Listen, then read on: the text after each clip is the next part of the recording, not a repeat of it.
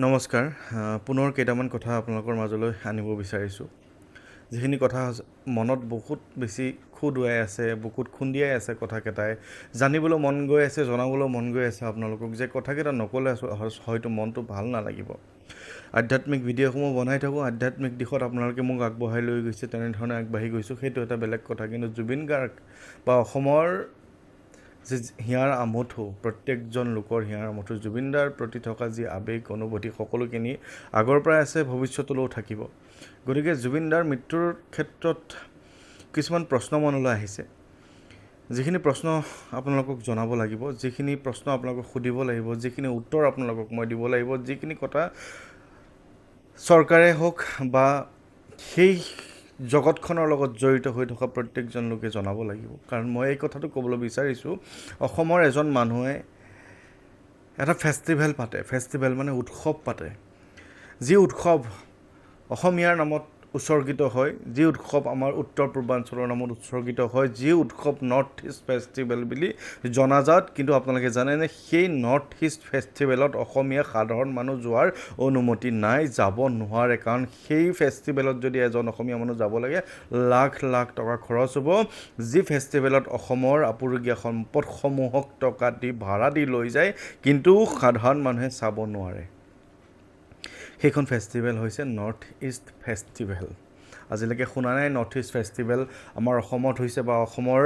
বিভিন্ন ঠাইতে হওক বা আমাৰ নৰ্থ ইষ্টত হৈছে অৰুণাচল হওক ছিকিমত হওক আমাৰ যদি মেঘালয়ত হৈছে ত্ৰিপুৰাত হৈছে মণিপুৰত হৈছে নাগালেণ্ডত হৈছে নৰ্থ ইষ্ট ফেষ্টিভেল কেতিয়াও তাত হৈছে বুলি আমি কিছুদিনৰ পৰা শুনা নাই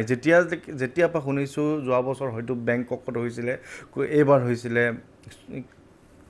ছিংগাপুৰত হৈছিলে আৰু তেনেকৈ বিভিন্ন বিদেশত নৰ্থ ইষ্ট ফেষ্টিভেল পাতে য'ত জুবিন গাৰ্গক লৈ যায় ভাড়া কৰি আৰু জুবিন গাৰ্গে নাজানে কিমান টকাত ভাড়া কৰি নিছে তেওঁ সকলোখিনি তেওঁ মেনেজাৰেই কৰিব আৰু সেইকাৰণে জুবিনদাৰ একাউণ্টত বোলে এতিয়া 10,000 টকা আছে শুনামতে অভিযোগ অহামতে জুবিনদাৰ একাউণ্টত মাত্ৰ 10,000 টকা আছে জুবিনদাই বোলে 5 কোটি নে 3 কোটি টকাৰ ঘৰ এটা কিনিব নোৱাৰি কান্দিছিলে কিন্তু জুবিনদাৰ মেনেজাৰে 30 কোটি টকীয়া হোটেল কিনিব পাৰে কোটি কোটি টকীয়া পানীৰ ফেক্টৰী খুলিব পাৰে গতিকে জুবিনদাক আগত লৈ শুৱে বাৱে থকা মানুহখিনিৰ আজি কোটিপতি কিন্তু জুবিনদাই নাজানে তেওঁৰ হাতত কিমান টকা আছে সেইকাৰণে হয়তো জুবিনদাই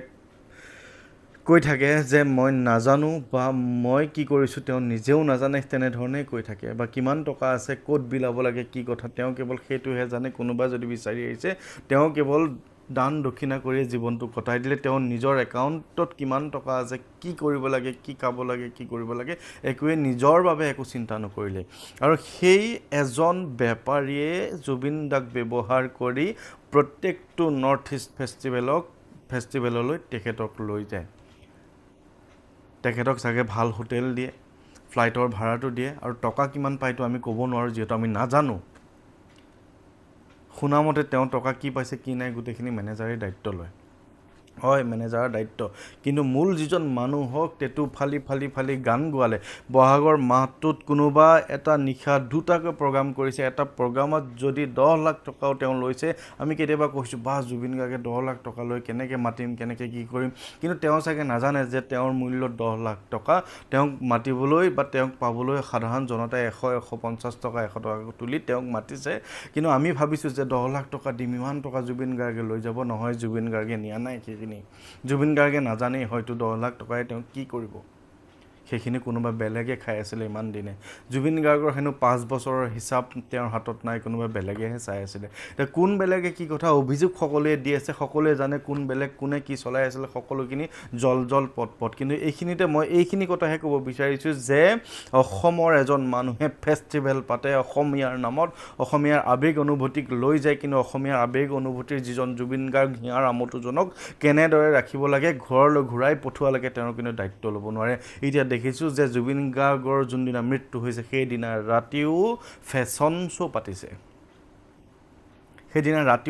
শ্ব' পাতিছে যাৰ বাবে টকাৰ লোভত তেওঁ লুকুৱাই ৰাখিছিলে জুবিন গাৰ্গৰ মৃত্যুৰ খবৰটো যাতে তেওঁৰ সেই বিজনেছ মিটিংখিনি হৈ যাওক তেওঁৰ ফেশ্বন শ্ব' হৈ যাওক কিবাকিবি হৈ যাওক যাতে অসমৰ মানুহে পিছত গম পায় যদি আগতেই গম পাই যায় তেওঁ লুকাব লাগিব তেওঁ পলাব লাগিব আজি কিয় পলাতক আজি কিয় ওলাই আহিবলৈ অসমলৈ তেওঁ যিজন মানুহে তেওঁক মাতি লৈ গৈছে সেইজন মানুহ যদি ইমান সৎ আৰু সহজ সৰল আছিল তেওঁ আহি জুবিন গাৰ্গক শ্ৰদ্ধাঞ্জলি জনাবৰ সময়ত তেওঁ কিয় আহিবলৈ পৰা নাই অকল তেওঁই নহয় মেনেজাৰজনো কিয় আহিব পৰা নাই সেইখিনি সৎ সাহস কিয় নাই যে জুবিন গাৰ্গক যে ব্যৱহাৰ কৰি লুটি পুটি খাই কোটি কোটি টকা ধনী হ'ল লাখ লাখ টকাৰ চৰকাৰৰ পৰা লৈ সেই ফেষ্টিভেল পতা সেই মহন্তগৰাকী তেওঁ কিয় আজি আহিব পৰা নাই জুবিন গাৰ্গৰ ওচৰলৈ সেইখিনি বুকুত সৎ সাহস কিয় নাই যে হাজাৰ হাজাৰ লাখ লাখ 10 লাখ মানুহ জমা হৈ গৈছে আপুনি কিয় আহিব পৰা নাই যিজন মানুহে জুবিন গাৰ্গক লৈ টকা ঘটিলে আমি ঘটিছোঁ নেকি জুবিন গাৰ্গক লৈ টকা বা কোনোবা এজন অসমৰ যিজন মানুহে নিজৰ টকা খৰচ কৰি গৈ আজি গুৱাহাটীত উপস্থিত হৈছেগৈ কোনোবা খোজকাঢ়ি গৈছে কোনোবা চাইকেল লৈ গৈছে কোনোবা বাইক লৈ গৈছে নিজৰ টকা খৰচ কৰি গৈছে জুবিন গাৰ্গৰ পৰা তেওঁলোকে কিন্তু টকা পোৱা নাই কিন্তু জুবিন গাৰ্গে যিখিনি ঘটিছিল সেইখিনিয়ে হৈছে আমি যে আবেগ অনুভূতি লৈ আছোঁ এই যে 10 লাখ মানুহ কোটি কোটি মানুহ যে জুবিন গাৰ্গে এই মৃত্যুৰ সময়ত পাইছে এইখিনি জুবিন গাৰ্গে ঘটিছিলে জুবিন গাৰ্গক প্ৰয়োজন নাছিলে টকাৰ জুবিন গাৰ্গক কৈছিলে যে মানুহকে লাগে সেইকাৰণে তেওঁ মানুহ পালে কিন্তু পিছৰখিনি সময় এটা কি হ'ব কি কথা সেইখিনিতো আমি ক'ব নোৱাৰোঁ কিন্তু এটা কথা প্ৰশ্ন কৰিব বিচাৰিছোঁ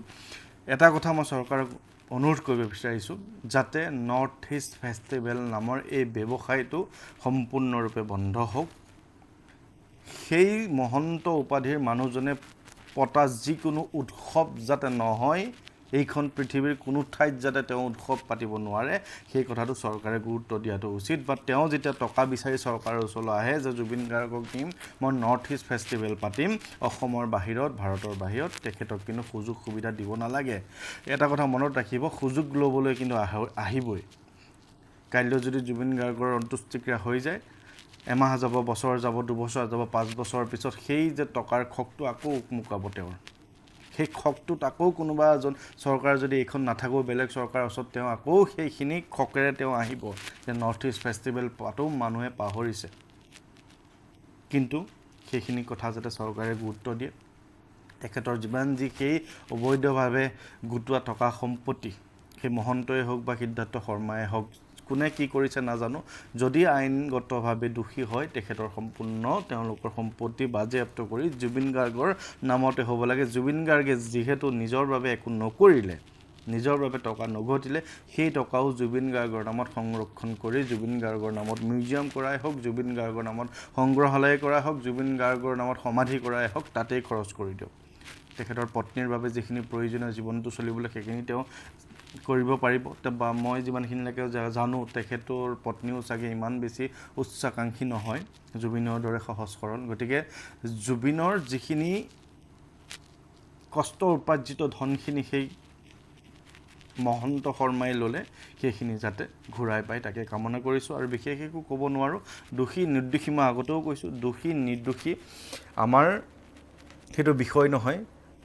কোনোবা এজন দোষী প্ৰমাণ কৰিব আদালতে কোনোবা এজন দোষী প্ৰমাণ কৰিব চৰকাৰে কোনোবা এজন দোষী প্ৰমাণ কৰিব প্ৰশাসনে কিন্তু আমাৰ এটা দায়িত্ব ভগৱানৰ ওচৰত প্ৰাৰ্থনা জনোৱা মই কৈছোঁৱে 7 দিনৰ ভিতৰত আমি ৰিজাল্ট পাম হনুমানজীয়ে আমাক ৰিজাল্ট দিব আৰু দিবই লাগিব ইতিমধ্যে বিভিন্ন ধৰণৰ খবৰবিলাক ওলাই আছে আপোনালোকে জানে আৰু এইটোৱে আশা কৰিছোঁ যাতে অতি সোনকালে তেওঁলোকৰ যাতে চিতা জ্বলক যোনে দুখ কৰিছে তে কোনে দুখ কৰিছে তেওঁ নিজে গাত পাতি ল'লেই হ'ল কাকো কোৱা নাই যোনে জুবিনদাৰ লগত এনেকুৱা কৰিছে তেওঁৰ চিতাখনো যাতে অতি সোনকালে জ্বলা আমি দেখিবলৈ পাওঁ মই আকৌ কৈছোঁ সেইজনৰহে গাত লাগিব যিজনে জুবিনদাৰ নামত ব্যৱসায় কৰিলে ধন্যবাদ